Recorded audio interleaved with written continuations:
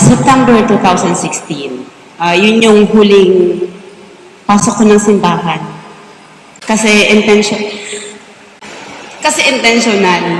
Yun na yung huling simba ko na wholeheartedly. Pinasukan ko kasi kailangan. Yun kasi yung huling araw na ihahatid ko yung anak ko sa simbahan.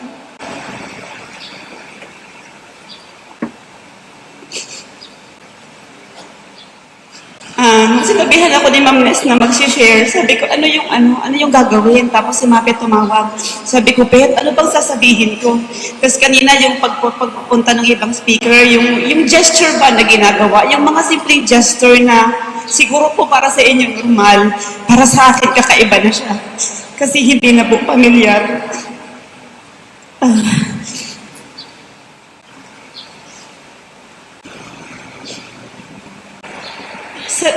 Sanay naman po akong magsalita sa harap, promise. Iba lang kasi yung...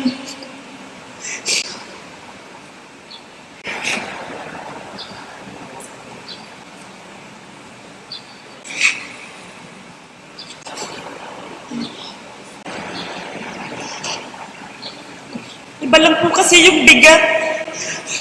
Bigat ng salitang inaon niya sa imong aki. Kasi ako mayo na po. It's been 10 years. 10 taon. Andun pa rin yung sakit. Pero as I was listening kay Father kanina, I was thinking siguro, isipin ko na lang na maswerte ako, sobrang swerte. Kasi I was also given the chance, eto nga, na mag-share. Hindi ko naman talaga alam ano yung gagawin. Hindi ko naman talaga alam ano yung gagawin ko. Hindi ko nga alam ano yung sasabihin ko. Tapos I was looking at them. Sabi ko, may binabasa, hindi ako prepared. I'm not even well-versed sa Bicol. So, habang kinokolek ko lahat ng memories, yung paghihirap ng anak ko sa hospital bed, yung paghihirap ko personally because police, di ba, matapang-tapang. Pero hindi ko talaga magawang magdasal during that time. Kasi sa utak ko, Lord, hindi ako nagdadasal sa simbahan. Doon lang ako sa may ICU. Sabi ko, Lord, ibigay mo naman sa akin yung anak ko. Kaya ko naman buhayin yan. Kaya ko yung pag-aralan sa maayos na paaralan. In fact, ang dami kong alaga. I have great victims. Anak po nila sa tatay nila, sa akin nakatira. I'm sending them to school. Tapos sabi ko, eto lang, hindi mo sa akin ibibigay. It came to a point na pinalis ko po lahat ng alaga ko sa bahay nung time na dineclare na wala na po yung youngest son ko. Sabi ko kay Ma'am, palayasin mo lahat ng alaga ko sa bahay. Sabi ni Mama, hindi kasi wala naman yung pangkasalanan. Siguro this time is a reminder sa akin to finally surrender na po si Tam Tam. Siguro is Satan na ako naman ang nagsabi. Kasi 2012 sabi sa akin ni Jesus, Fatima, ito yung anak mo. Oh. And then 2016, kinuha niya. Iniwan niya ako ng mga anak na hindi naman talaga sa akin biologically. But understanding the purpose, ngayon ko siguro mas naiintindihan na after 10 years, baka ito na nga yun, that I finally surrender yung anak ko. And maybe it's high time para sabihin kong Ama, unin na po sa imong aki na pinawarap mo lang ako.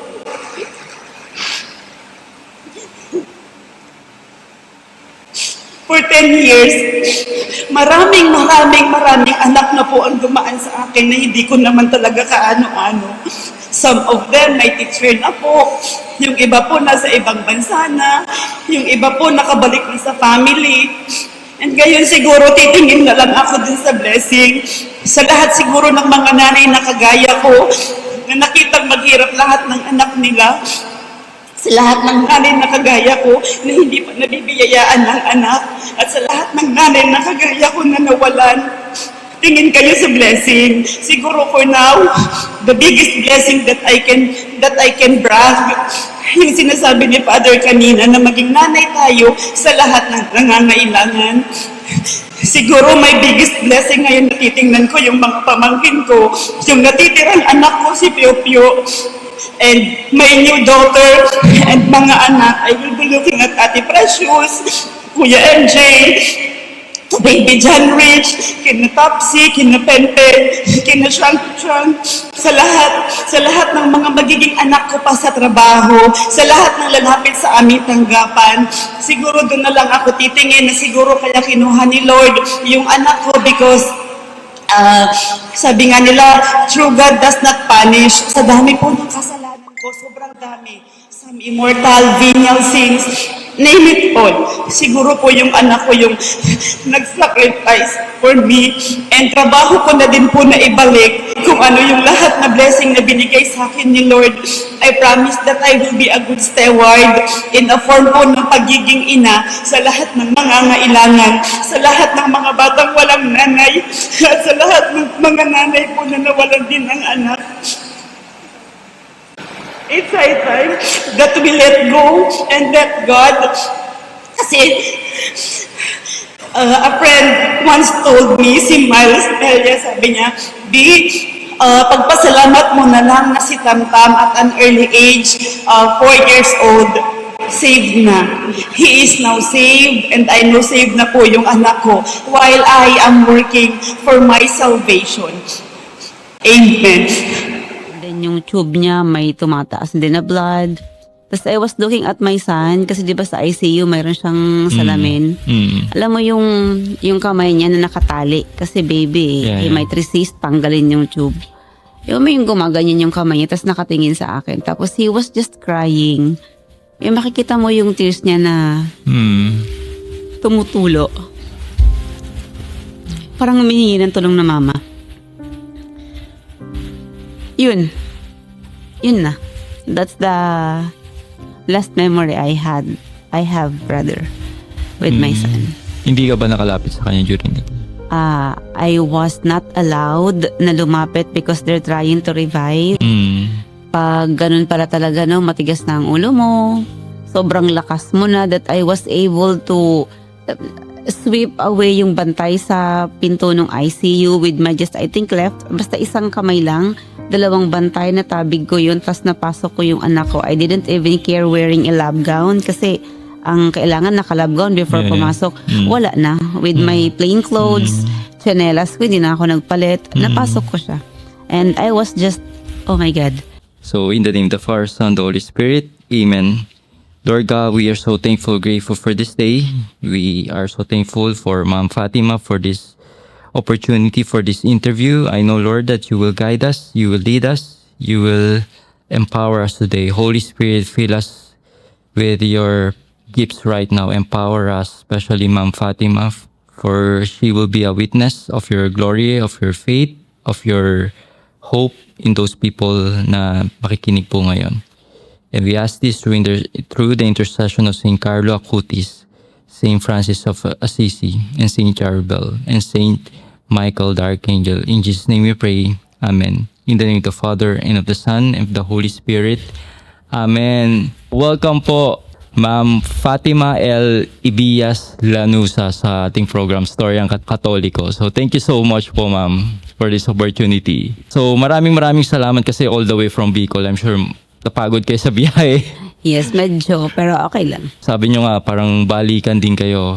Nakakapagod. 10 hours ang biyahe, no? Roughly 10 to 14 hours considering the traffic. Wow. So may pero may stopover po yan. Once, halfway to Bicol. Tapos palitan ng driver. If ever, pero mostly kasi hindi diretso lang talaga yung driver. Ayun yung papapalit. Welcome sa Blessed Ibanmer's Reliquarium. Almost 1,000 relics po yung nandito ng mga saints. Marami po yung nagdadasal sa atin ngayon, yung mga kapatid po natin ngayon sa langit. And ma'am, kayo po ay Deputy Chief of Police ng Libmanan, MPS, Camarines Sur. So pwede po ba malaman ano po ang isang Deputy Chief Police po? Yung Deputy Chief of Police is second from the highest rank sa nagmaman ng police station sa isang city or municipality. On my case, it's a municipality with 75 barangays. So I'm the second in command. Sa captain po. With the rank of police captain as Deputy Chief of Police. So I have my Chief of Police as my head of office. Gano'n na po kayo katagal sa Service, ma'am? 18 years. Wow, 18 That's years. So sa Camarines. Camarines Sur, lahat Sure. yun. And na-curious ako bakit po police yung pinili niyong mission at bokasyon. Graduate ako ng College of Education, a licensed teacher. However, mahirap yung ranking. Okay. And since passer ako ng NAPOLCOM exam, trinay ko din na pumasok sa PNP. Nagkataon na doon pinalad, doon unang tinawagan, dira-diretso na siya from then on. So teacher pala kayo By by profession. profession. Pero nagturo po kayo, ma'am. Hindi na ako nakapagturo kasi yung time na tawagan na ako for the private school sa USANT, yun na rin yung time na tinawagan ako for agility. So, Okay. dira-diretso na siya. Hindi na ako nag-stop dun sa application ko sa PNP. Isa sa reason kaya ko rin po kayo na-invite kasi yung napanood ko yung nag-viral na video nyo sa Siete de Palabras. Sa isang simbahan po yun, ma'am. Sa Libmanan po. Libmanan. Tapos na-invite kayo to share your testimony. Actually, it was just an informal invitation Informal. from the school head. Sabi niya lang, ma'am, invite kita sa Friday, share ka. Sabi ko, oh sure, piece of cake. Yung parang papiro lang. So I was not really aware na it's Siete Palabras. Or siguro nasabi niya Siete Palabras. But to my mind, hindi ako aware. But since sanay naman ako na pag may nag-invite, sige, anyway, microphone lang naman yan. Some 3 to 5 to 10 minutes of my time. Umuoo talaga ako. Tapos, nung andun na ako, only to find out may kumakanta. Tapos may paring nagre-read nung mga final words pa yun. And then may nagsisharing. And then sabi nung assistant ko, ma'am, 5th word sa'yo. Maya-maya, ay ma'am, 3rd ka pala. Ito yung word. Sabi ko, ano ba nga sabihin ko? Saglit, pakinggan ko muna, wag ka maingay. So, pinakinggan ko muna yung first 2 sharers. So, nung turn ko na, I was listening attentively doon sa sinasabi ni Father. Doon na ako kumuha ng ng testimony ko, if I may call that testimony. Kasi sila, mayroong prepared na So parang ikaw on the spot? Impromptu. Impromptu. Ganun. Pwede mo bang ma-share behind your testimony, Ma'am Fatima? Ano ba yung naging... kasi yung parang nakwento mo doon nung 2016 yung nawala yung bunso mong anak na si Tamtam. Baka pwede mong ikwento yung pangyayari na yan. Siya, 2016 of August. We are at the hype of a celebration because I was then awarded as the Metrobank Country's Outstanding Police and Service for that year. And the same year, I was also awarded the VACC Country's Outstanding Law Enforcer. So, nag-swimming kami noon. And then we have this pilgrim in... Mama, saan yun? Libon? Mayroon kaming pinupuntahan doon na parang panata siya nila ni Mama and then ng in-laws. Sumama kami. At the height of the celebration, biglang pumunta pa kami ng Mayon Rest House. And then pagbalik namin, may fever na si Bunso. So akala ko normal fever lang. Hanggang sa 3 days na siya, kailangan nang i-confine because yung fever niya is at 40. 40? Wow. Even if mag-suppository na, even if na-admit na sa hospital, nag-i-injection na, we had cold fever, nagba-body bath, nagbabanli. Hindi talaga siya mababa sa 40. And then after 3 days, I was juggling work and sidelines. When we were told na kailangan niya mag-oxygen because takipnik, it's like parang naghahabol na ng breath yung bunso.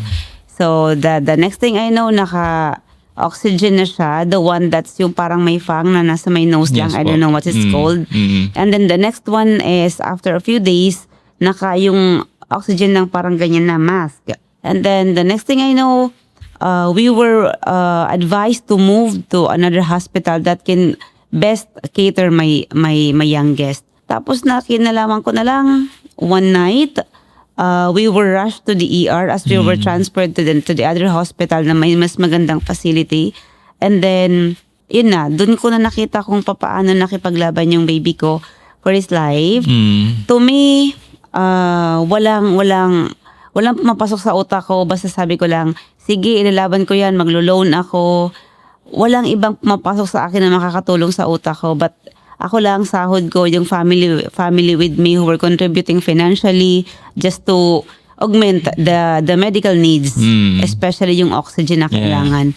So yun, in-intubate na siya. That's I think the most painful part na makikita for yung anak mo at that very young age na Ilan taon po ba siya during he was that? only 3. So, yun. And what else? Yeah, nasa ICU. During his stay sa ICU, hindi ko na matandaan kung ano yung pinagagawa ko. People are telling me na magsimba ka, ipag-pray mo. Wala sa utak ko. Hindi, kailangan kong tumawag ng doctor. Who is the best doctor in town? Who is the best possible child mo Right. na pwedeng makausap. It was Acute respiratory disorder po siya. yes, that eventually na nagkaroon na ng sepsis because yung ano na sa blood. And then on the third day, we were request to transfer to PCMC in QC because lumala siya. Yeah.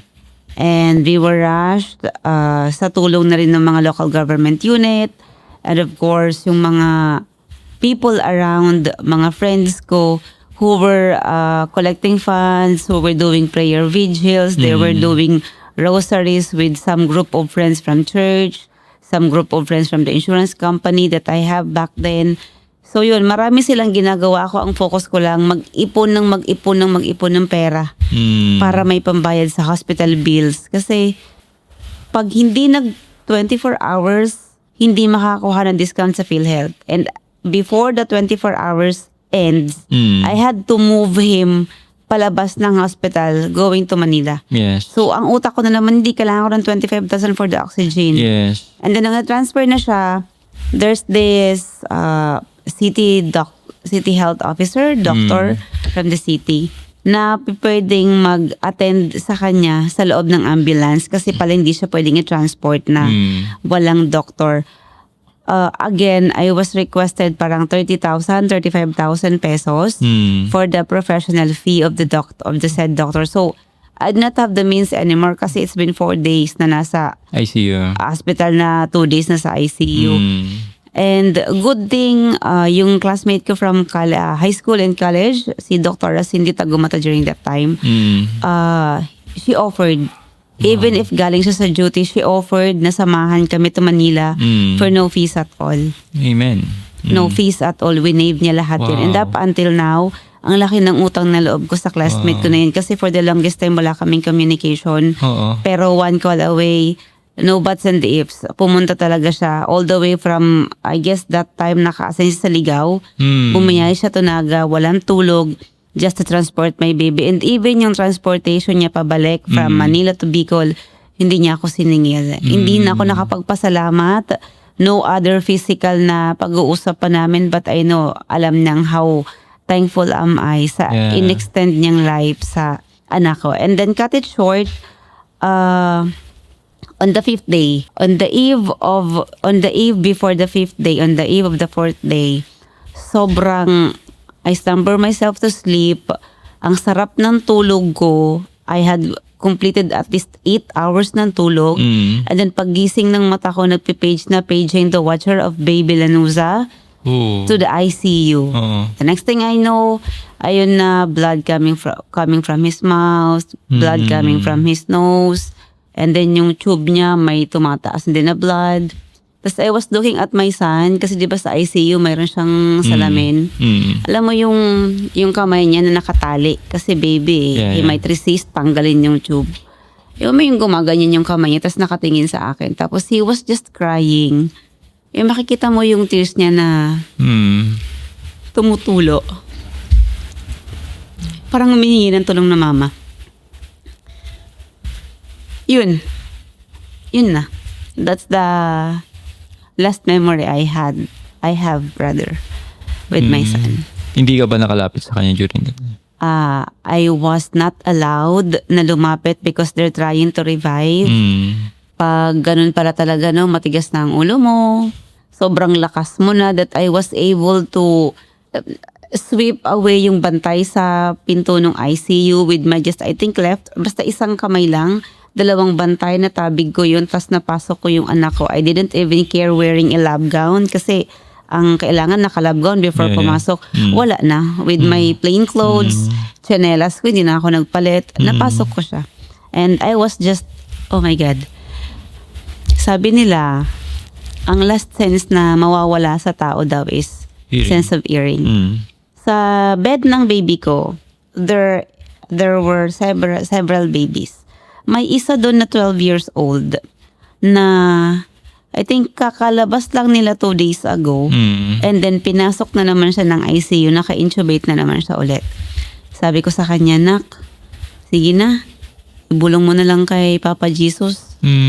Kung kukunin ka, palabasin na lahat ng mga to, pagalingin na." I think, ngayon ko lang naalala, those were the last few words I had mentioned sa anak. Oo nga pala, Wow. sa anak ko. Ang sabi ko na lang, "Anak, sige na kasi I am hopeless." Hindi naman ako pinakikinggan sa prayer ko na pagalingin siya. Walang ibibigay sa akin. So sabi ko, sige na anak, if kukunin ka, sige na. Kasi nakikita ko yung hirap ng anak ko, baga na yung, namamaga na yung, Yes, yung katawan niya. yes. And I was like, sige na anak, sabihin mo na lang kay Papa Jesus, pagalingin na to, lalo yung isang 12 years old. Hindi ko na alam kung yung 12 years old na yun gumaling ba. Pero ngayon ko lang talaga na-recall. Yun yung last few words na sinabi ko kay Tamtam. Wow. Yeah, ngayon ko lang siya na-recall pala. Wala kayong update ano nangyari doon sa mga Wala kasama na. niya nun? And I promise, sabi ko doon, Lord, pag nakabalik ako, magdo-donate ako ng, ngayon ko lang dinala siya naaalala. Sabi ko, pag nakaluwag-luwag ako, magdo-donate ako ng ventilating machine for that ICU sa PCMC kasi those were the aparato na nag-sustain ng life ng anak ko at least for the next 2 days na nagstay siya doon. Wow.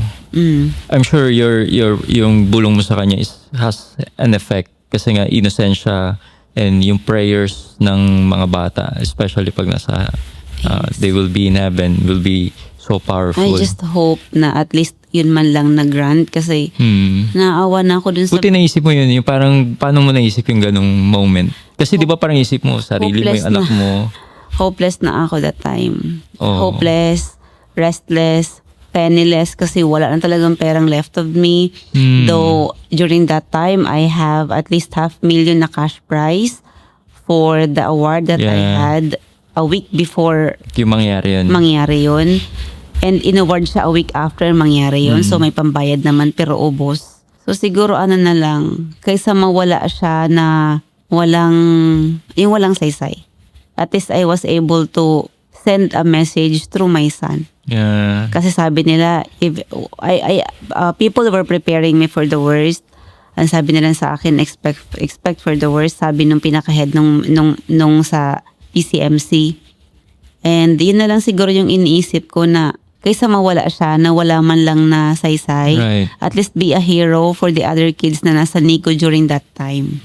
Ngayon ko lang siya naalala. Wow. Thank you for sharing it. Sobrang nakaka-bless yun na. And nakikita ko rin, ma'am, na parang God has been, nag-provide na siya kagad ng before parang Before yun. pa, pre-prepare niya ako. And looking back, sabi ko nga parang napaka-amazing lang yung journey na He has given me so much blessing, yung award. And then, He took something so precious. And then, 2016, pag 2018, I had another award. Alam mo yung nagpapalipat-lipat na ako ng church na pwedeng puntahan. Seeking for the answers na bakit. Yeah. Bakit si Tamtam? Bakit ako? Oo. Alam ko, ako sinner. Bakit si Tamtam? Pero nagalit ka ba kay Lord? Anong nangyari? Galit, hindi. Wala ako naramdamang galit kasi unang-una, even Pero your before, question, I do not have personal relationship with him. It's just that pag nagdadasal ako, I have read this book, Be Anxious for Nothing. Yeah. It was 2019 when I had another struggle with my eldest. He was partly suicidal during that time. Siguro with the losses na nagkaroon sa buhay namin, from his grandfather to my youngest. sabi nung book doon, be anxious for nothing. Huwag ka na lang mag-worry because dapat alam mo na and be thankful ka na lang kasi alam mo naman na before ka pa nag-pray, binigay ni Lord yung desires ng heart mo. Yeah. So instead of praying, Lord, alagaan niyo po yung anak ko, why not pray in a way na, Lord, thank you kasi alam ko inalagaan mo po yung anak ko. So from then on, even 2016 na may nangyaring ganun, walang galit akong naramdaman pero may tampo. At may tanong, bakit? Bakit? Alam mo yung pupunta ako ng Manila, bakit may mga batang street children, andudungis, kumakain ng pagpag, as nakikita mo nagyakalkal sa basurahan.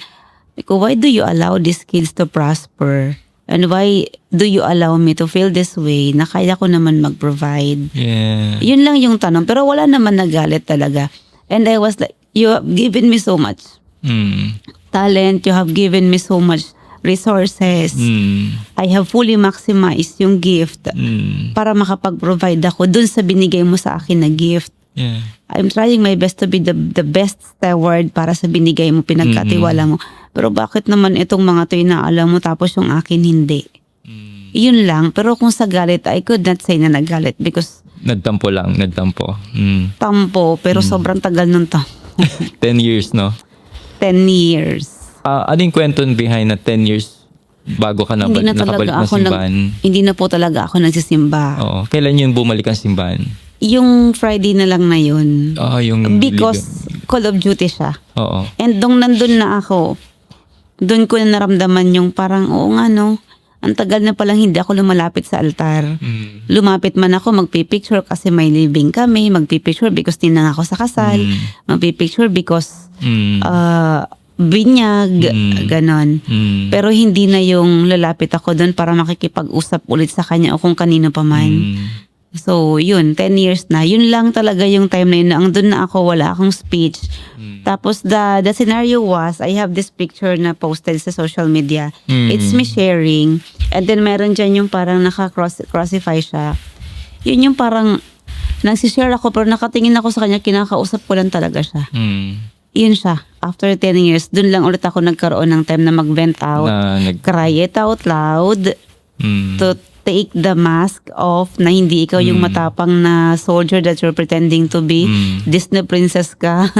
You need to cry. Anak ka pa din. Yes. Doon ko lang siya naramdaman after 10 years. 10 years. So, bali, yung testimony mo, hindi mo na-expect na gano'n yung magiging, Really no. yung parang mag-all out ka na. Oo.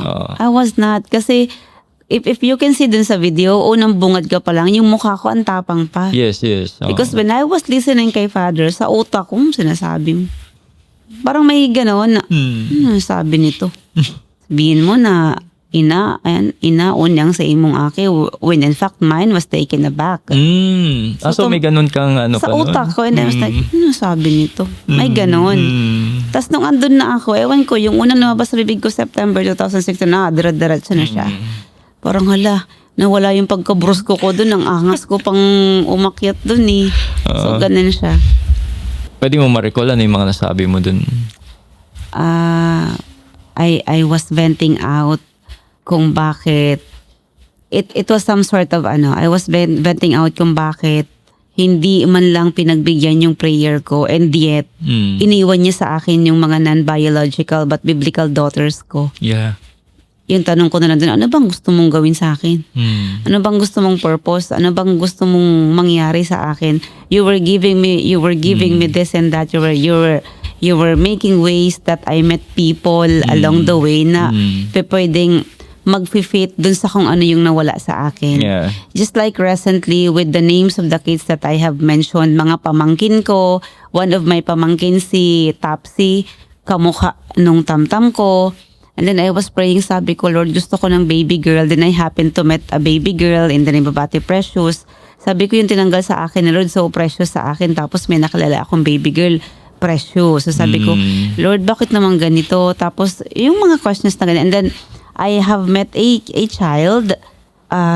Na-met ko tong batang ito at the same age nung nawala yung tamtam ko.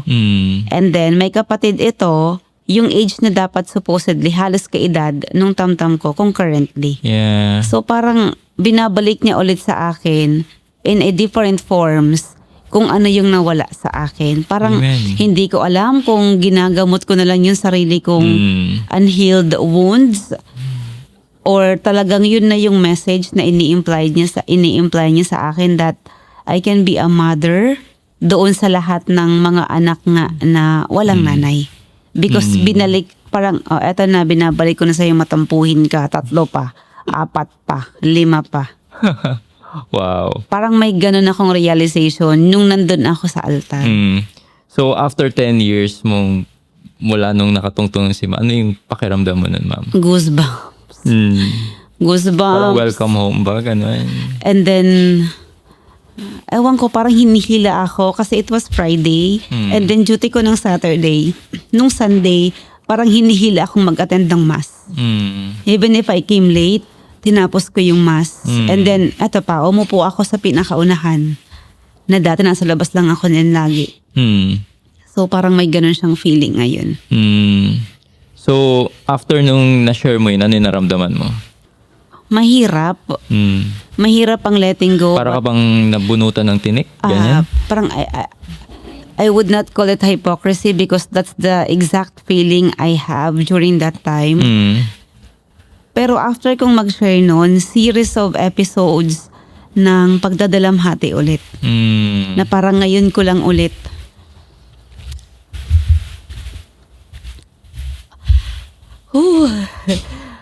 Parang ngayon ko lang ulit siya fully ililibing. Kasi, pagod na ako kakaiyak. Pagod na ako. Saglit. In full denial kasi up until now, hindi ako nagbivisit sa tomb niya. Oh. Nung simula nung nilibing po siya, ma'am? Nung na-promote ako, yun lang. Even anniversary niya, pupunta lang kasi hindi ng kandila. Pero yung prayer ang hilaw.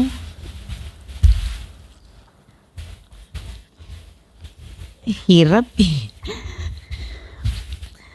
Alam mo yung kahit araw-araw pag-usapan, hindi nauubos yung luha eh.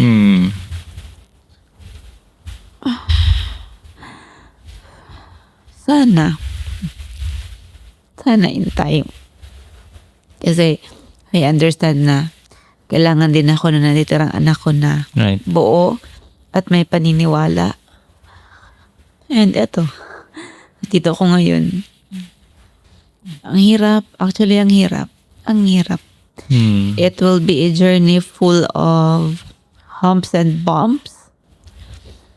Pero siguro these things happen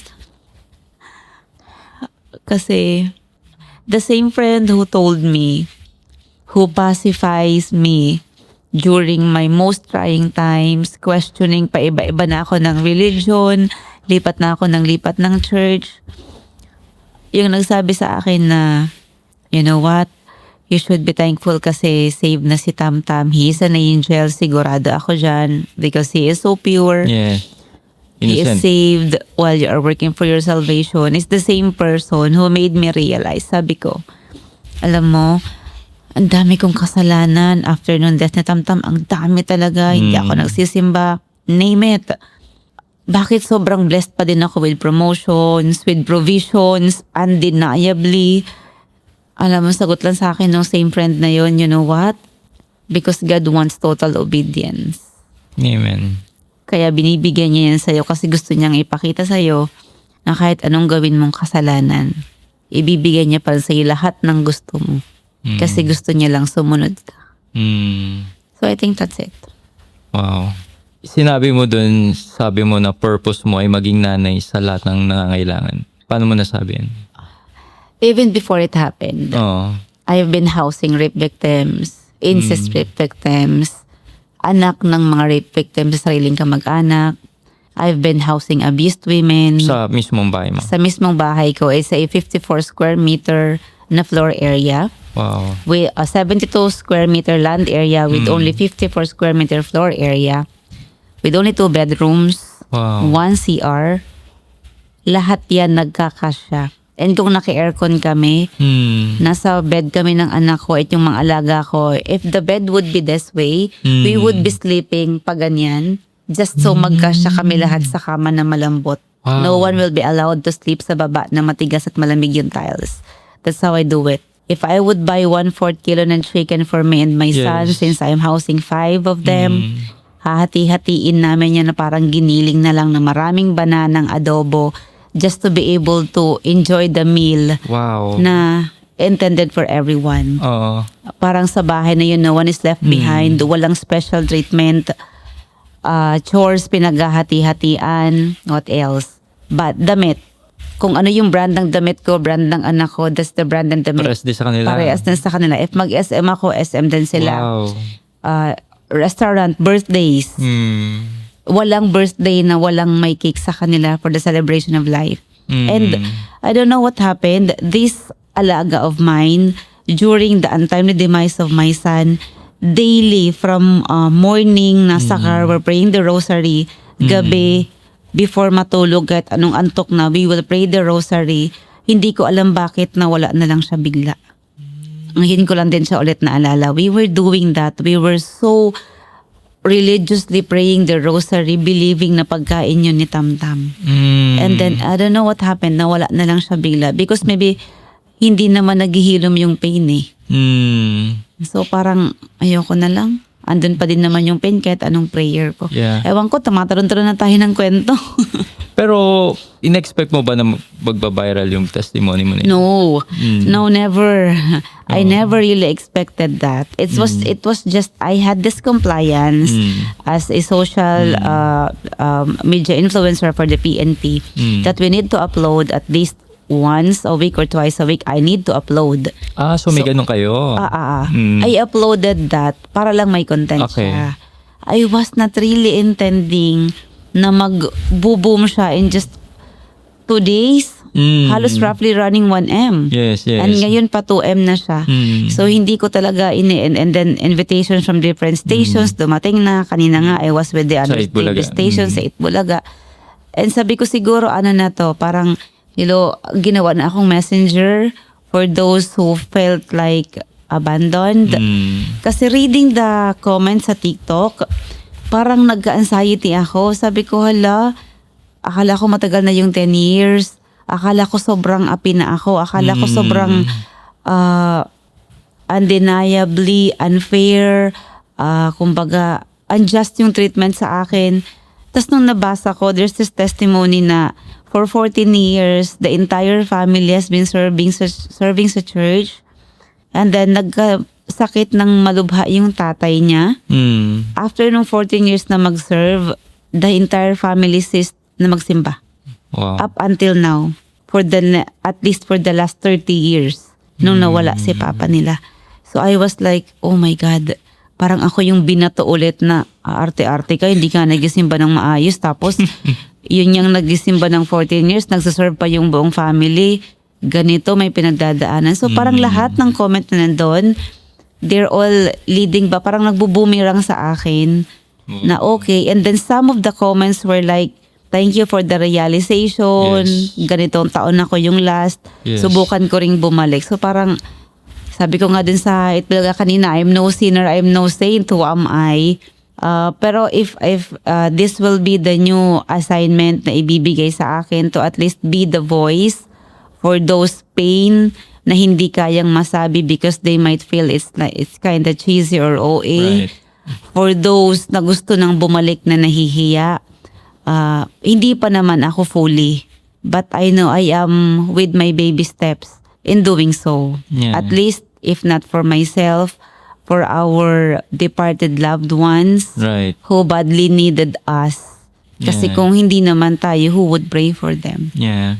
And if we really love yung mga mahal natin sa buhay, they would love to see us happy and they would love to see us personally offer prayers para sa kanila, wholeheartedly at least. Yeah. Pwede malaman ng buong pangalan ni Tamtam. It's Lindell Faitam. Lindell Faitam. Lindell Faitam. Galing siya sa, akala ko kasi babae siya. Okay. So it came from the name ng lola, Lina, and then Lydia, so Lindell. Oo. And then Faitam, coming from my name, Fatima. Ginambol lang siya. So yung mga hashtag nila during those trying times is fighting Fightam. Kasi magkatunog siya. So it's Lindell Fightam. I'm sure he's praying for you. Thank you. Intercession. Like, itong mga saint na to, nagdadasal sa atin. Katulad ni Tamtam na nagdadasal din, lalo na sa'yo, na ikaw yung direct biological mother niya. Yeah. And ano yung Project Tamtam? Project Tam. Yeah, Tam Project lang, no? Tam. It's tulong ang duyog at malasakit. Nagpapabinyag kami doon ng mga hindi pa nabibinyagan sa Catholic. And then we offer free food, clothing, meron din kaming mga libreng school supplies sa lahat ng estudyante sa schools na binivisit namin. I have partnered with NGOs, the JCI na Carinyosa. We provided yung mga books coming from the senators na kapartner din namin. I do that. And then I partnered with the CMO Battalion of the 9th ID. Sila naman nagbibigay ng mga libreng repair ng mga radyo, television, umbrella, yung mga pwede pang ma-repair na gamit sa mga barangay na far-flung areas na hindi inaabot ng services. And then I have partnered with Gulping Society of the Philippines. We offered free manicure, pedicure, hair ribbon, we do that, facial, foot spa, lahat yun free of service. Binibigay nila yun. Pag sabi ko, ay, project tam tayo. Sige ma'am, anong date yan? So it's parang 28 activities sa loob ng isang araw, carried out yan. There was one time na nagbigay ako ng 3 piglets sa most deserving family, kasama yung pagkain niya for the next 3 months. Galing. Para pag lumaki na yung pig, hindi iisipin yung pampakain, nabibenta nila. Ganon siya. Kung ano-ano activities. And then yung mga scholarship programs, scholarship grants, ganon. Yeah. Curious ako, paano nagsimula yung ganung charitable? Ba't ganun yung ginagawa? I don't know. It's just, it happened.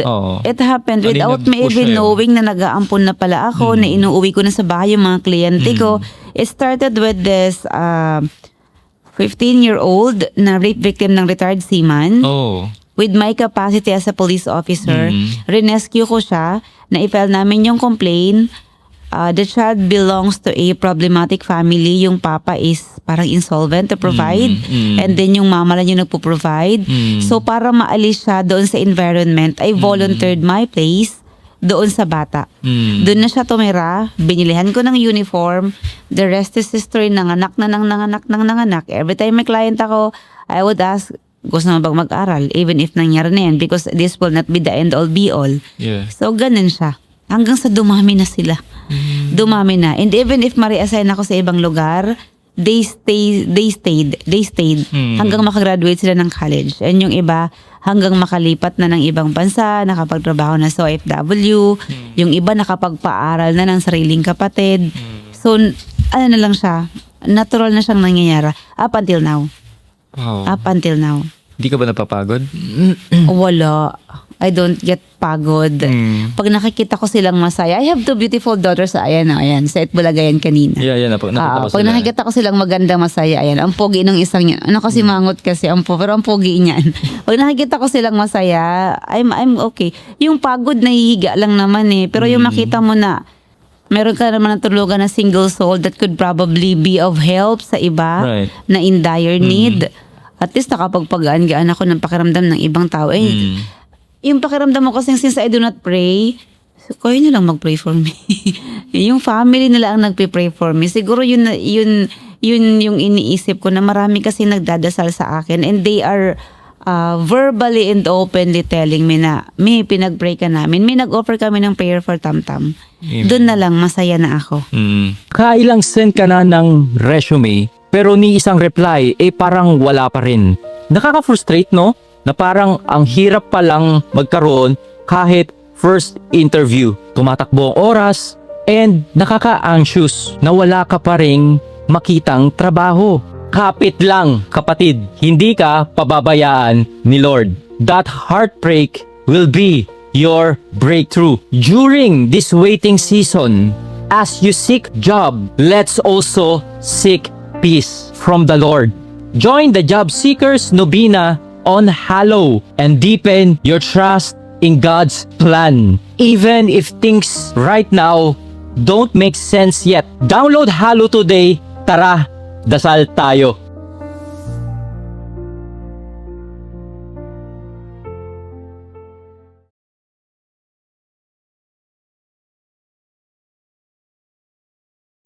Anong masasabi mo din sa mga street children na namamali mo sa kalsada? During my promotion for police, I think police officer 3, I was told I tend to forget things because I have so much on my plate. Sabi sa akin nung psychometrician, let go. Let go. Kasi yung mga batang yan, may destiny na yan. Before pa yan pinanganak, si God create na yung life nila. Hindi mo sila kayang isalba lahat. Parang gusto mo niya silang ampunin, gano'n. Kasi gusto ko inaampon sila. Oo. Gusto ko isipan ko saan to pwedeng dalhin. I even thought of sending kina mama and papa yung ibang batang nakikilala ko, but I don't know kung Grabe, paano. oo. I have that special, hindi ko alam kung anong mayroon na parang napipisil ko kung sino yung kukunin ko talaga. Kasi kahit, I don't know, feeling ko kasi kawawa. When hindi kakain, umuulan, mayroon na akong pakiramdam. Pero, but then again, nakakapili talaga ako ng yung quality na alam ko na magtatapos to ng pag-aaral, igaguide ko to ng matino, at I would love to see them like yung isa kong incest victim na naanakan ng kapatid, rape victim ng kapatid na nagkaanak. Manager na siya ngayon ng o supervisor na siya ng isang store sa province namin sa Region 5. Amen. Wow. Tapos napagtapos niya yung kapatid niya. Wow. So sabi ko, oh, Kitam, it only started with one individual sa isang family. Oh. And the rest is sila naman ang bahala doon. Wow. So inaangat mo yung ano nila, no? Yung Isa lang, at least isa lang per family na may makuha ako. And I would expect them to do whatever I did. Kasi even ako sa mga kapatid yung ganun din eh. I was able to send at least 5 or 4 rather ng mga kapatid ko to Galing. college. Lahat yan private schools.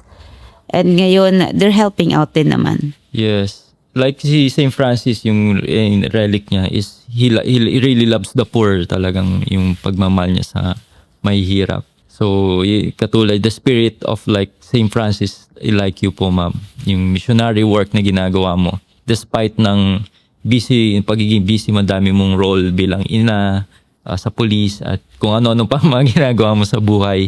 Pero curious ako, sinabi mo na nagpalipat-lipat ka ng religion. Yes, I did that. Bakit? Palipat-lipat na ako, nag-born again Christian ako. To name few, I tried going to iglesia. Basta palipat-lipat na, iba't ibang church, along the street. Pag may kumakanta, papasok ako. Jehovah Witness. I don't know kung ano nang tawag sa kanila. Pero sa paniniwala ko, isa lang din naman kasi yan eh. Pumasok ako ng Muslim mosque. Ginawa ko yan, I did that. I'm really at lost. Trying to figure out bakit. Yung bakit lang. Masagot lang yun, okay na Bakit ako. nawala si Oo. Tamtam? Yun lang siya, okay na ako. Doon ako. Nagpalipat-lipat. So hindi na lang ako pumasok ng simbahan. Napagod na ako eh. Pero bakit sa Catholic Church ka pa rin bumalik? It was only that day. Yung Friday na yun na na-invite ako na I was not forced but with my own volition, with my capacity as a police officer being invited to participate, doon ko lang naramdaman na umiyak at mag-vent out na nakakahiya with my uniform na hagulhol talaga. Mga uhog ko andun na. It was not really expected. Wala akong panyo. I was sweeping left and right. Hindi ko alam kung nasa bulsa ko na yung mga luwat sipon ko nun. Yun lang talaga siya. Doon ko siya naramdaman ulit. Anong nag-reaction ng mga kabaro mo? They were in awe because they were not expecting me. Kasi being me na napaka Strong. masayahin. Masayahin, Makulit, okay. magulo, maingay. And even Pero the stricto people... ka ba? Hindi. Sa work, Oo. not much. Not much. Kasi I believe kapag lagi mong pinapagalitan yan, wala yan ano eh. Pag hindi mo pinayagan yan na may problema sa family, because I came from there. Yung nagkasakit yung anak ko, sagutin ka ng head of office mo na, bakit doktor ka ba? That's the most painful. Hindi pala head of office, team leader ko lang. Team leader.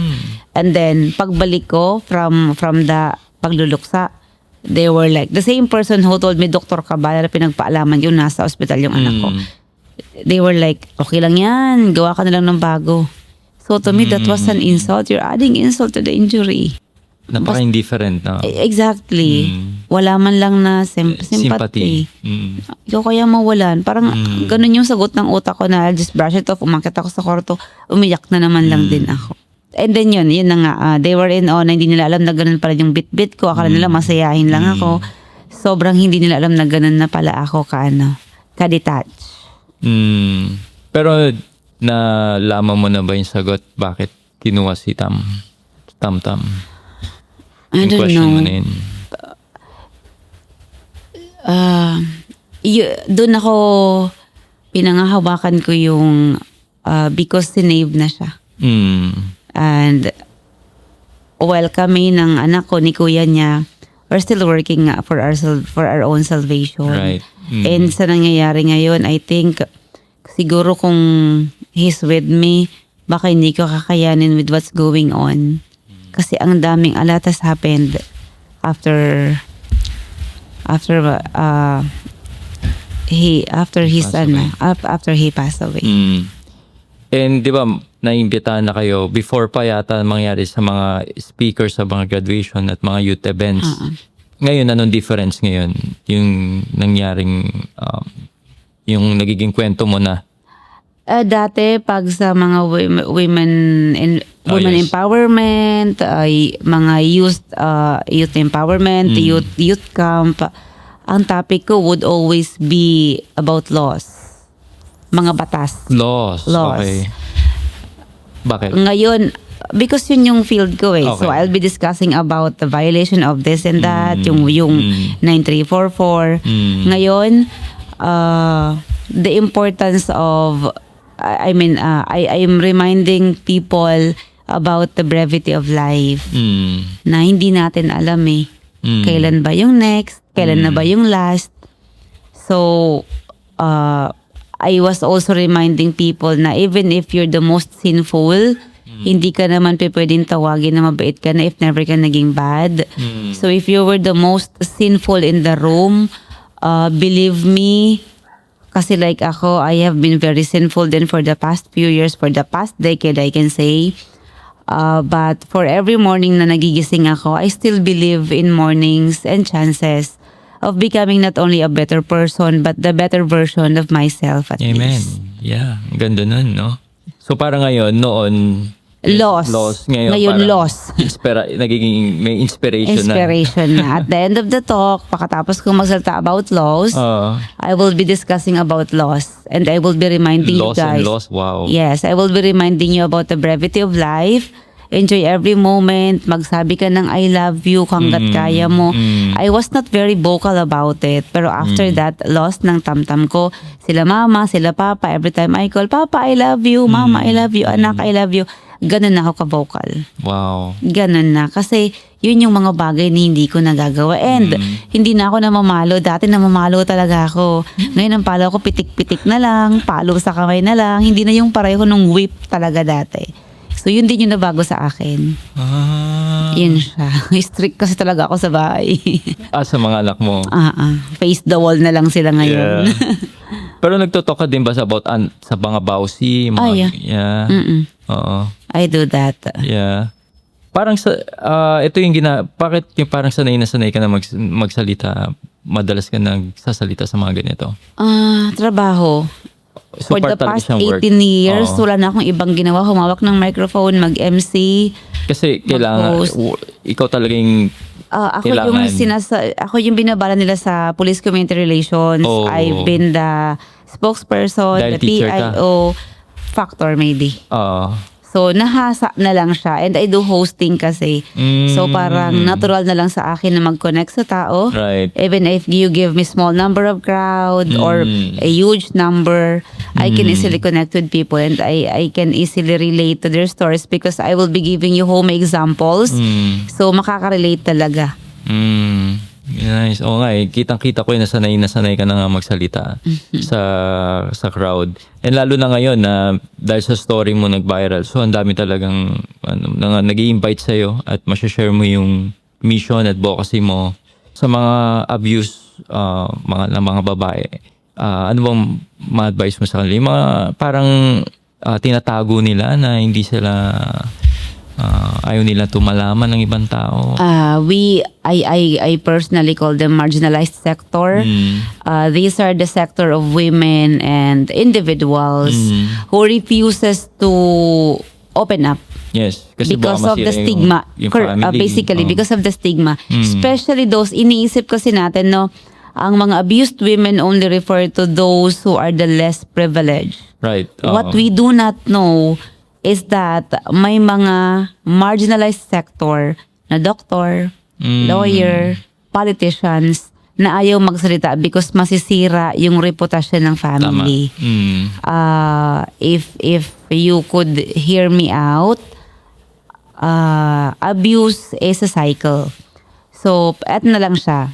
Kung nanay ka, and then may anak kang babae, if you allow your partner to abuse you, kasal ka man o hindi, yung anak mong babae, kapag nag-asawa to, most likely, kung sasaktan man yan ng asawa niya, hindi rin yan papalag. Bakit?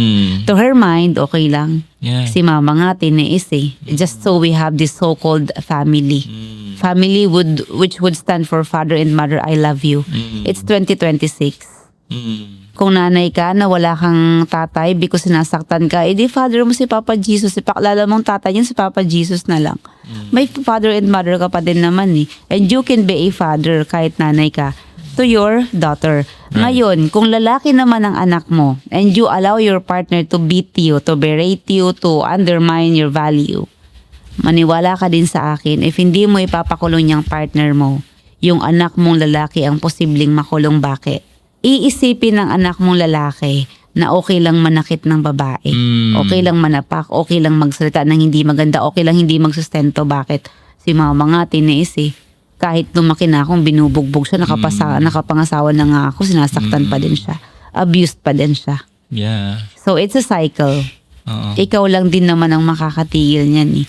At pag hindi mo yan ginawa ng paraan, maniwala ka, after the 4th, 5th, 6th, at 8th generation ng anak ng anak mo, mangyayari at mangyayari yan, dala yan. So, yung mga martyr, no? Na ipapamana yan. Hindi lang kayo man napapamana. Pati yung kahirapan sa pagbubuha pa sa pamumuhay Yeah. and physical yung paghihirap mo, napapamana yan if you refuse to speak up. Ang abuse hindi lang naman physical, pati verbal, Yeah, right? psychological, sexual abuse we have, economic abuse also we have that. Paano malalaman kung medyo, yung parang kasi minsan hindi nila alam kung ano yung abuse na eh. Ano yung red flag dun? Red flag. Abuse is hindi mo na kayang itolerate. And when I say tolerate would mean repeated na siyang ginagawa. Okay, one time ka lang nasaktan, pwede mong masabing nabigla lang. But if you've been experiencing it for the second, third, and fifth time around, nang bababae na yan, or may mga ginagawa ng psychologically affected ka na, you're deprived of the things that you are supposed to be enjoying as a partner, legal partner, and you are being abused in a sense na hindi mo na gusto yung ginagawa sa'yo sexually, Yeah. that's abuse already. Anything that is no longer tolerable and anything that is not, kumbaga, within the legal commerce ng man, you speak up para ma-stop siya. And ma-aware din yung tao na hindi na okay yung ginagawa mo sa akin na. Yeah. At least ma-aware siya. Kasi minsan baka hindi na aware yung partner mo na maliit na pala because what you tolerate is yun yung mangyayari talaga sa'yo. Wow. That's so, it. dapat kino-communicate, no? Exactly. Hindi ka lang passive. Yung power ng communication matters a lot because hindi mo napapansin, detached ka na rin pala kasi walang communication. And communication is a two-way process. Wag lang ikaw bilang babae yung dakdak ng dakdak. Allow your partner to speak up. Baka mamaya kasi may mali ka na din, may problema ka din. At hindi ibig sabihin na may batas tayo, i-abuse mo na. Yeah. Kaya nga may batas because it is meant to regulate everything. Right. Hindi para i-control mo yung partner mo as a woman. So, ganun siya. So, parang, ma'am, na pag feeling mo may mali, no? Yung parang instinct. Communicate. Oo. Communicate. And then, you try to patch things up in a way na komportable kayo pareho. Okay. Baka kasi, like for example, ako gusto ko pag magkaaway tayo, ngayon agad pag-usapan natin, matulog tayo, okay na tayo, maghahag na tayo. Ikaw pala, yung partner mo, iba naman. Gusto niya cool down muna before natin pag-usapan kasi baka mamaya mag-irate na. And when you speak to your partner, try to do it in a voice na mababa lang. Okay. Never chat. Because may emotion ang message. For Right. example, ako galit ako. Mm. Message mo ako, ang tanggap ko niyan, galit. Ang message mo sa akin, for example, tanong mo lang naman ako, or example, sinabihan mo ko, kumain ka na. Yun yung tunog ng chat mo. Magkaaway tayo. Ang basa ko, kumain ka na. O, di galit na ako sa'yo. Ba't mo ako sinisigaw na kumain na kung gusto mo, di ba? And hindi lang sa chat, if you can do it sa voice message na, kumain ka na ba? Sorry na kung nagawa ko yun. Kasi kung galit ako, ang receive ko niyan, kumain ka na. Sorry na kung nagawa ko yun, ikaw kasi. O, di ba? Mayroon na siyang emosyon, yung pagbasa, yung pagtanggap. So, if you can do it sa voice message, or kung pwede palamigin muna kung yun yung gusto ng partner mo, at least you meet halfway. Yeah. Because the whole world is not about you naman eh. Dalawa kayo, kaya nga partner eh. Wow. Ang ganda ng mga advice mo eh. Pero minsan 'di ba parang yun nga tinatago nila kasi para sa mga anak ko, para yung ganun, ano yung para sa mga bata, anong masasabi? Ano ba yung gusto mong ibigay sa mga anak mo? Yung wrong notion of love?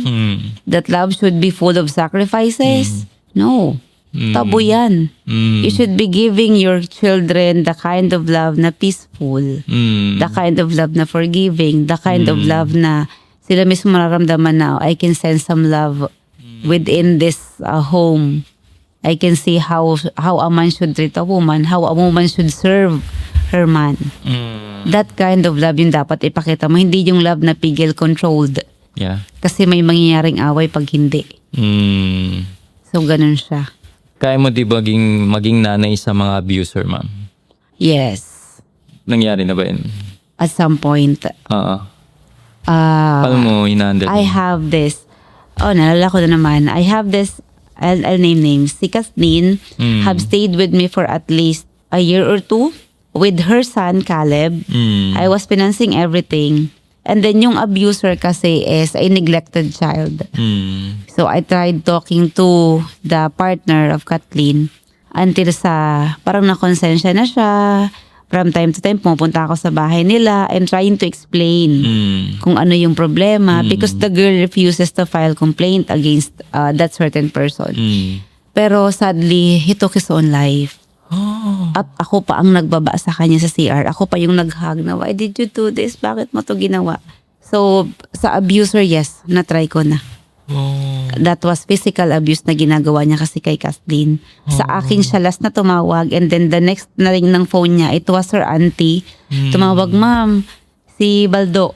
Sabi ko, what happened? Ma'am, wala. Sabi ko, kausap ko palang kahapon.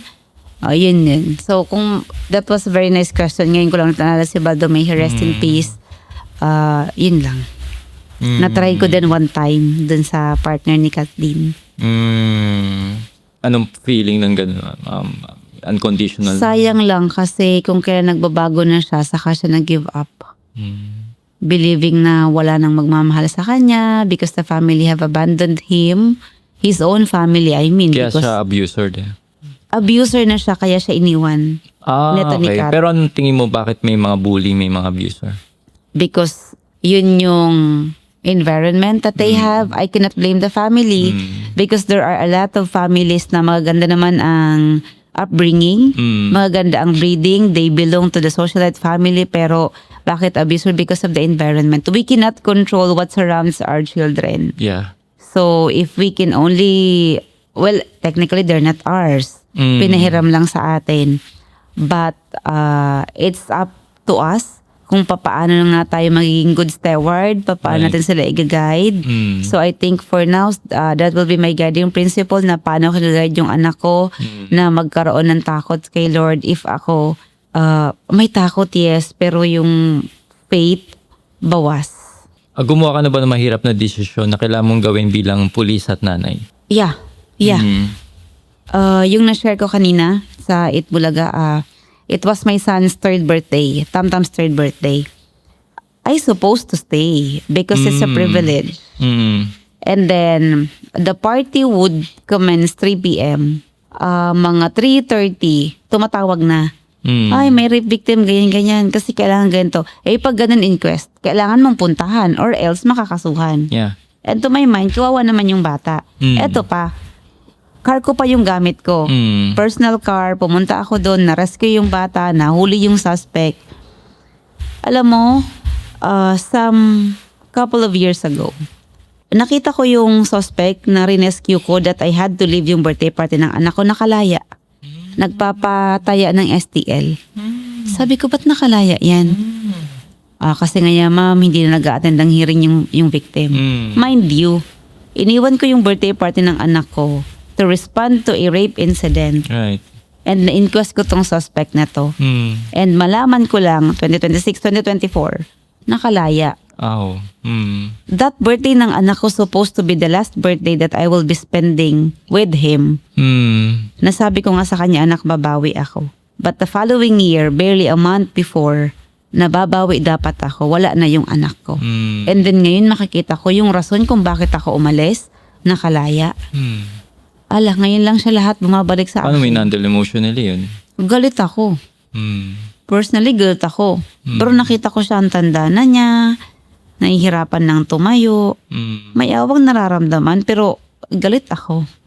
Kasi hindi pa po yung birthday ng anak ko eh.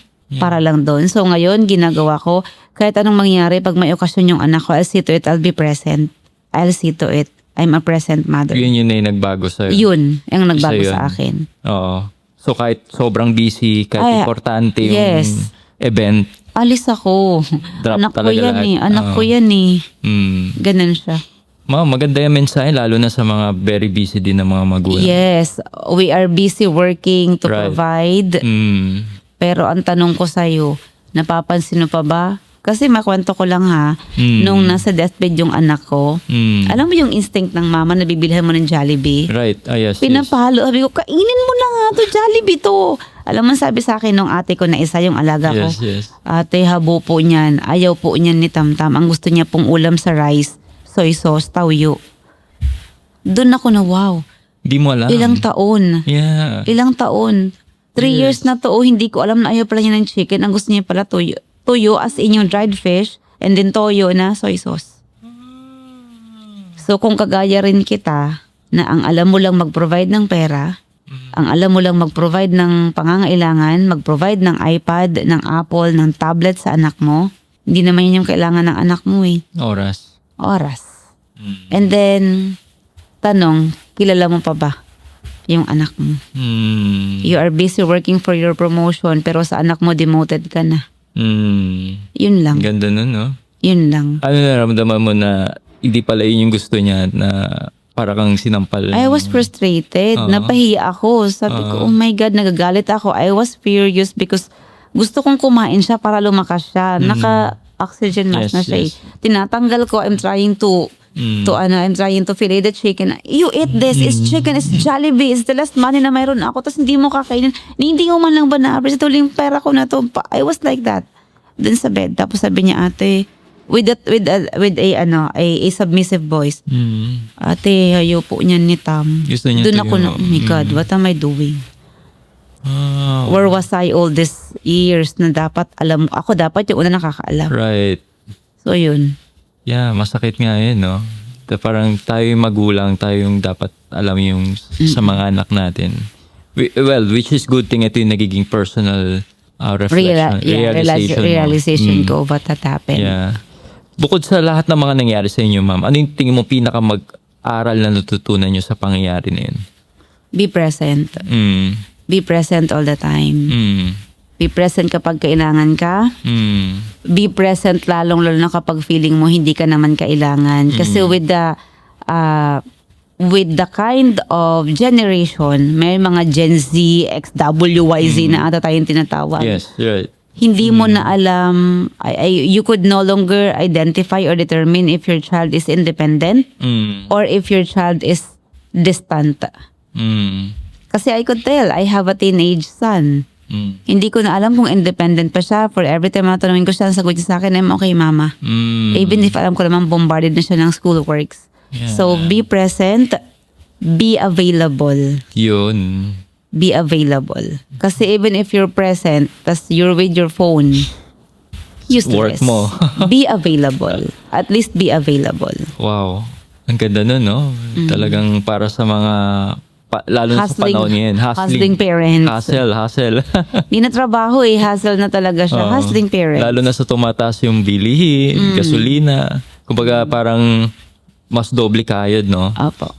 Pero mas importante pa rin talaga yung oras. Exactly. Kasi yun yung hindi na nabibili ng pera eh. Yeah. Ma'am, ano yung gusto niyo maalala sa buhay mo bilang magaling na pulis o bilang isang nanay?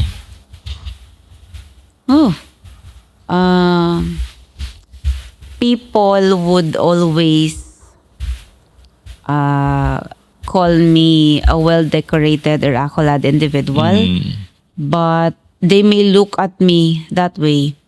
But to me, with what had happened, I think I'm a failure as a mom. I might have been an accomplished sister to my siblings because I was able to provide when the time that they needed it the most. To my parents, maybe I am one of their daughters who were able to help them get by. At least an accomplished at that state. To my alaga, I could be their hero. To my men, I could be their leader. But I guess with what I am doing, siguro I am a struggling mom to my eldest, but I am a failure to my youngest. Yun lang. Wow, takes a humility. Nasabihin mo yan, ma'am. Wow. But I know you're trying your best to be a I am a mother. trying mom. Oo. Pero napakaganda nung kasi it takes humility for us to grow talaga, no? At ano po yung mensahe nyo sa mga katulad mo nanay na sasaktan din ngayong nahihirap na meron ding parehas na yung na karanasan na pinagdadaanan yan? Yung kind of pain would be different from those mothers who have unborn children. Yes. For those mothers who were not yet given the gift of life, intrauterine life at least. The kind of pain for those mothers who lost their child or children without knowing asan na ba sila ngayon because they have not seen the bodies. It would be different. The only consolation that pwede ko siguro sabihin is that at least si Lord pinakita sa akin yung anak ko na eto, kukunin ko siya paunti-unti, ipiprepare kita in 5 days, in 4, 3, 2, okay, I'm gonna take him. Yun na lang siguro yung consolation na pwede kong ibigay sa sarili ko. At least to pacify the anger. No. To pacify the feeling, the emotions that I have. Pero sa lahat po ng nanay, whatever the pain you're going through, that we've been going through and we've been through, yun siguro yung rason kung bakit nanay yung tawag sa atin. Because we should not give up until may tumatawag pa rin sa atin na nanay. Amen. Before po tayo mag-wrap up, meron lang po 2 question sa viewers. Sabi dito, Captain, what is the best message you can give to your fellow police officers or to women who have mistakes in the past and are still struggling? Are we live? Hindi po. Okay. Nangulit kasi ako ng Okay, sige. question po. Police women or policemen who have had made mistakes, it could be many forms. It could be work-related. It could be personal choices. Human as we are all subjected to errors, but being human should not be an excuse of not doing what is right. We have the capability na pumili kung ano yung tama at mali. Pero yung pagpipili mo ng tama should also lead you to choosing what is dapat. So hindi lang basta tama. Ano ba yung dapat? Kasi even if you choose the tama, if it's not the dapat, it would yield to a different result. Yeah. It should always redound to the benefit of the entirety as a human being. Kasi hindi lang naman ikaw yan, maniwala ka what we are doing right now are just but paying it forward. Right. At ang makikinabang yan, I could tell that, anak na natin, apo natin, kaapo-apuhan natin. Yeah. Hindi naman tayo makikinabang lahat nito eh. Correct. Those na may iwan natin. And at least, be confident enough that you are paving ways for your children and grandchildren na mawala ka man sa earthly na mundo na to. No, you know that you will be living in peace because you already have legacy for your loved ones.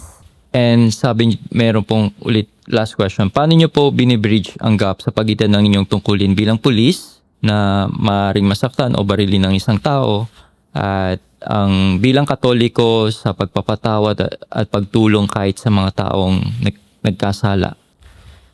Okay, I have this one incident, if I may share. I Sure was po. the chief of police of Bombon, Camarines Sur 2021. We had this operation. It gave me a national award, by the way. We had this operation for a drug pusher. May isa kaming operation na nahuli na yung isang suspect. Pag pin down dun sa the common scenario, pag pin down dun sa suspect, ito yung hawak. He was praying, Our Father in Heaven, and then Hail Mary, full of grace, the Lord is with you. Sabi ko, dasal ka ng dasal, ano bang problema mo? Adik ka nga, dasal ka ng dasal. Ma'am, Our Father in Heaven. Patingin ng ID mo. Pagtingin ko ng ID niya, the name and the surname. Kapatid ng classmate ko sa law school na lawyer na. Ang mama niya is director for sa director ng isang mataas na posisyon sa Naga. Oh. Ang tatay niya is a pilot. Sabi ko, kapatid ka ba ni ganito?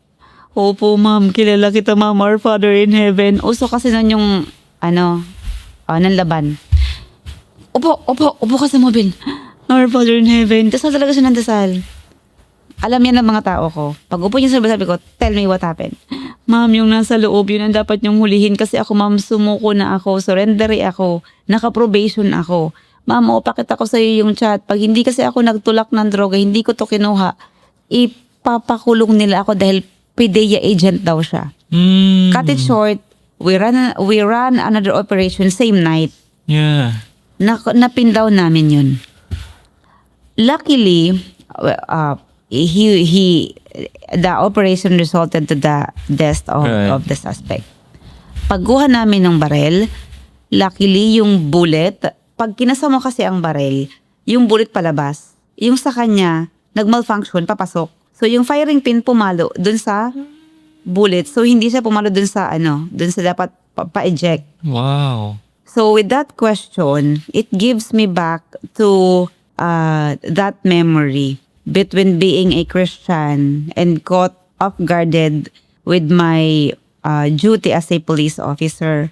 I think the good Lord will not allow something that is not yet fit to happen. Hindi naman ako yung magti-take ng life, siya pa din. And even if a bullet hit that person, if the good Lord does not allow that to happen, hindi pa rin naman mawawala yung life niya. Right. So I will not vindicate myself for being in my position as a police officer in contrary to my belief as a Catholic of taking life. Yun yung paniniwala ko. Because nung itong taong to, kinontak na namin yung family. Sabi ko, ma'am, will you be requesting for an autopsy? Ganyan-ganyan. Ma'am, hindi po ipakremate na po namin and we are so thankful it happened. Kasi po marami na pong nabibiktima yan si Papa, kasama na po kami. That's why we decided to move out sa Philippines at magpunta po kami ng ibang bansa. Dito na kami ninirahan. Yeah. Kasi ganyan na po si Papa. So I think that answers your question po. Yeah. Tingin nyo ba kahit yung pinakamasamang kriminal ay may pag-asa pang magbago? Of course, of course. That's why we have the different pillars. So kami nasa law enforcement, we have reformation. We have the justice system natin. So pag nahuli namin yan, hindi naman namin yan sasaktan. We believe as sa mga viewers and listeners natin, pag nahuli yan, itatry yung case niyan. Doon pa lang makokonsensya na yan. Pag pinasok yan ng kulungan, never look at it as a punishment. Kaya nga po reformation yan eh. Diyan siya unti-unting babaguhin. May mga pastor pong papasok dyan. They have activities, may mga livelihood trainings. At kapag prepare na po yun ulit na lumabas, ibabalik na po yan sa community reintegration. Oh. So that's how we do it. Wow. Hindi kami nanguhuli ng basta kriminal kasi hindi mo alam, baka mamaya victim din kasi siya. So we always give these people the benefit of our doubts. And sabi ko nga kanina, di ba, going back, we Right. are all capable of the chances of becoming not only the better person but being the best version of themselves rather. Wow. So, may pag-asa talaga ang bawat tao, Yes. no? May times ba nagiging bias ka? Yes, when I take it personally, lalo kapag minor ang Yung victim. victim, Yes. incest. And mga I ganun. see to it na lahat ng evidence will point sa'yo. And I'll really put my best foot forward. Mapakulong ka lang. It's because ayoko nang may mabiktima kang iba. It's because gusto ko ma-reform ka. At kung makabalik ka man sa community, be of service. Huwag ka na lang burden. Bias ako really kapag babae at bata ang sinaktan, lalo kapag totoo. And I do investigate before ako mag-file. Pag hindi naman totoo, hindi ko naman pina-file yan. I think I would not reach this point na abutin ko yung ranggong ganito if I have been so careless about my decisions Yeah. when it comes to filing complaint against the perpetrators. Right. And Ma'am Fatima, kung naririnig ka ngayon ni Tamtam, ano yung gusto mo sabihin sa kanya? Na mahal ko siya. At never a day pass na hindi ko siya naaalala. And please pray for Mama and Kuya. Amen. Eh Ma'am, ano po yung gusto nyong ipagdasal namin sa inyo ng mga viewers at ng community? Sa akin, Mm. hindi talaga ako humingi ng prayer request because I know naman na ibibigay na siya. Pero if there may be good health sa lahat, good health sa lahat. And if I would be asking for a personal request this time, please help me. Yan na lang. Wow. Thank you. Thank you so much po, Ma'am Fatima, sa pagkakataon na to at sobra akong na-inspire at na mas lalo kong na kilala kang lubusan yung pagiging mabuti mong puso, Thank you. pagiging mabuting pulis at bilang stepmom sa mga inaampon mo at sa mga future pa na mga matutulungan mo. And rest assured of our prayers for you and for your family. So, meron po ba kayong parting words before we end po with prayer po, Ma'am? Parting words for those of us na kagaya ko who's feeling guilty na pumasok sa simbahan because hindi nga nagkukumpisal, hindi nagkukomunyon. Let's try one step at a time. Papasok ulit. Yun lang siguro. Sabayan niyo ako. ulit. Amen. Amen. Ang ganda ng Ma'am Fatima. And thank you so much po ulit sa pagkakataon na to at thank you so much na nagkita po tayo in person kahit una online lang yung gusto ko interview dahil medyo malayo nga yung in God's time na in-invite ka ng Itbulaga at mas gawin tong interview po ng face to face. And thank you for this Yes po. ambience. Opportunity and I'm sure itong mga santo dito ay pagdadasal din po kaya ang inyong pamilya po, Ma'am. Thank you so much po. Yes po, Ma'am. And let's close po with a prayer po, Ma'am Fatima. So, in the name of the Father, Son, the Holy Spirit. Amen. Hail Mary, full of grace, the Lord is with you. Blessed are you among women, and blessed the fruit of your womb, Jesus. Holy Mary, Mother of God, pray for us sinners, now and at the hour of our death. Amen. Our Lady of Guadalupe, pray for us. Amen. In the name of our Son, the Holy Spirit. Amen. So, thank you so much po, Ma'am Fatima. Thank you And po. God bless po.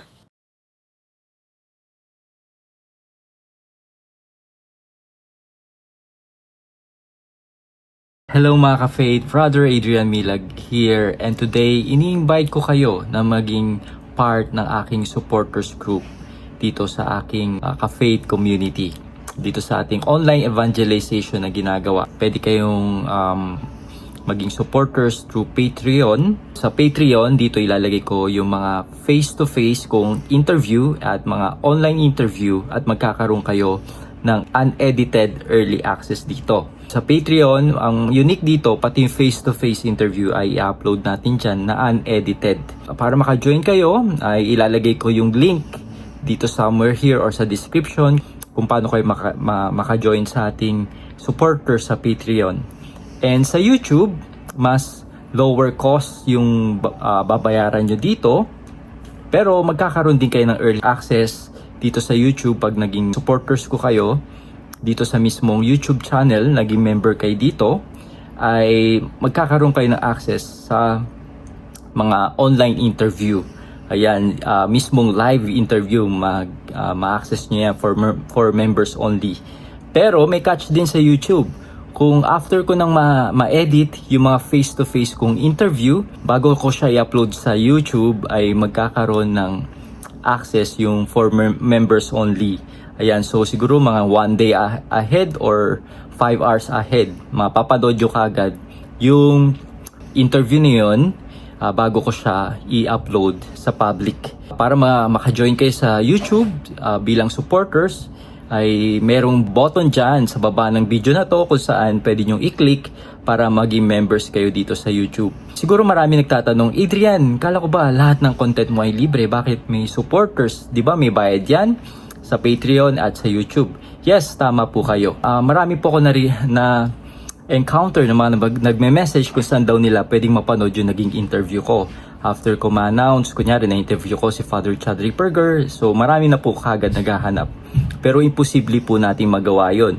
So kailangan po nating edit yan, pagandahin, bago natin upload sa ating platform, sa ating mga social media platform. So sa mga taong gustong-gusto, atat na makapanood ng early access unedited, ay ina-upload ko siya sa Patreon at sa YouTube. So pwede nyo siyang mapanood dyan. Yun yung benefit nun kung talagang gusto nyo siyang mapanood kaagad. Pero hindi lang yun ang catch. Pag naging member kayo ng ating supporters group, ay matutulungan nyo ko dito sa ating online evangelization na ginagawa. Yes, libre nyo siyang nakukonsume sa ating YouTube channel at sa mga iba pang nating mga social media platform. Pero tandaan po natin yung ginagamit natin sa mga software, yung cameras, and yung time, yung effort, pupuntahan natin yung mga guests, ay hindi po libre yan. 'Di ba? Sa panahon ngayon, ang mahal na rin ng gas. Pamasahe, anything na binibigay natin sa mga guests, ay may cost po lahat ng yan. So, pag naging member po kayo, naging supporters ko kayo, ay matutulungan nyo ko dito sa ating ginagawang online evangelization at magiging part pa kayo ng ginagawa natin. At sobrang nagpapasalamat ako in advance kung kayo ay magde-decide na maging ating mga supporters dito sa ating online evangelization na ginagawa. And alam naman natin na itong laban na to is a spiritual battle, na dito sa online ang dami ng mga fake news, mga maling balita, maling information. Dito sa social media ay nilalabanan natin itong mga diabolic influence nito for giving you a solid Catholic content na na-interview natin na ating mga guests. Ipagdasal nyo, ipag-pray nyo kung kayo ba ay tinatawag ni Lord na maging supporters ko dito sa ating ka-faith community. And kung wala ka naman capacity na maging supporters ko, ay syempre yung dasal mo ay enough na para sa akin. Please pray for me and for this ministry na patuloy nating itong magawa. Kaya mga ka-faith, kung gusto nyo pong maging part ng ating supporters group, i-click nyo lang yung link sa Patreon at yung button dito sa YouTube. So thank you and God bless.